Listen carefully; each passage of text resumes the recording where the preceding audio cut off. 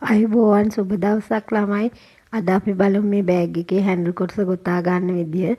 මෙන්න මේ විදිහට අපි ගෙතුම අවසන් කරපු තැන ඉඳන් ඊළඟට තියෙන චේන් එකේ ලූප් දෙකම අතරින් යන විදිහට කටුව දාලා සිංගල් ක්‍රොෂේ එකක් දාගන්න.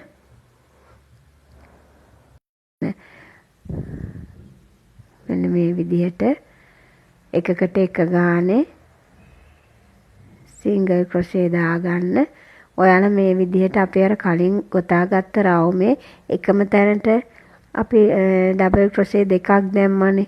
අන්න ඒ වගේ තැනකට වෙනකන් ඔයාලා මේක කැමති ස්ටිච් එකක් ගාවට එනකන් ඔයාලා මේ විදිහට සිංගල් ක්‍රොෂේ ගොතා ගන්න. ඊට පස්සේ ඔයාලා මෙන්න මේ විදිහට හැන්ඩල් කොටස අරගෙන ඒ හැන්ඩල් එක ඇතුලෙන් මෙන්න මේ විදිහට හැන්ඩල් එකට යටින් කටුව අරගෙන අපි දැන් ගොතාගෙන ආපු එකේ ඊළඟ දන්වැලට මේ විදිහට ලූප් දෙක අතරින්ම කටුව යවලා මේ විදිහට නූල ඇදලා අරගෙන හැන්ඩල් එකට උඩින් හැන්ඩල් එක මැදි වෙන විදිහට මෙන්න මේ විදිහට සිංගල් ක්‍රොෂේ දා ගන්න ඕනේ. මේක දාද්දී ඔයාලා ගොඩක් තදට ගෙතුම ගොතන්න එපා. ටිකක් බුරුලට හිටින්න ගොතන්න. මොකද හැන්ඩ් එකේට මේට හෙර වෙන්න නැත්තම් ඊට මදි වෙනවා. මෙන්න මේ විදිහට ඔයාලා මෙතන ඉඳන් ඉස්සරහට එකකට එක ගානේ සිංගල් ක්‍රොෂේ මේ විදිහට හැන්ඩල් එකත් එක්කම අල්ලලා ගොතාගෙන යන්න. මම මෙතන ගොතාගත්ත සිංගල් ක්‍රොෂේ 15ක්.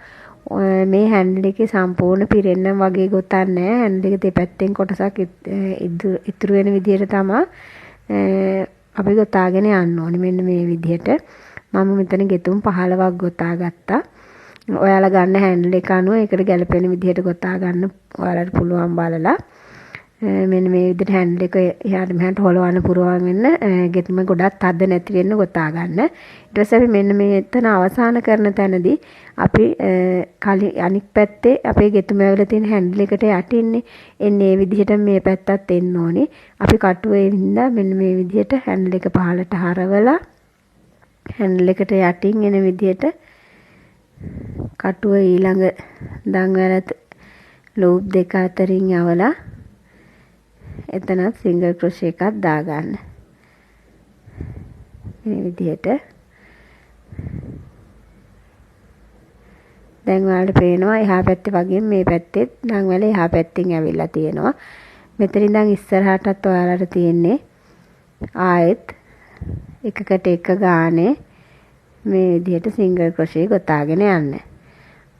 අපි කලින් පටන් ගත්ත තැනට වෙනකන් මේ විදිහට මග හරින්නේ නැතුව එකකට එක ගානේ ඔයාලා සිංගල් ක්‍රොෂේ ගොතාගෙන යන්න ඕනේ. රවුම සම්පූර්ණ කරන්න. මේ විදිහට ගොතාගෙන ගිහිල්ලා අප මුල පටන් ගත්ත තැනට එනකන් එතනින් රවුම සම්පූර්ණ කරලා අවසන් කරන්න. මේ විදිහට ඔයාලා හැන්ඩල් කොටස් දෙකම රවුන්ඩ් දෙකටම මේ විදිහට සම්බන්ධ කරගන්න. අපි ඊළඟ වීඩියෝ එකේදී බලමු මේකේ දැන් අපිට තියෙන රෝස මල් පෙති ටික ගොතා ගන්න. ඊළඟ වීඩියෝ එකෙන් බලමු. ගිහින් එන්නම්. තෙරුවන් සරණයි.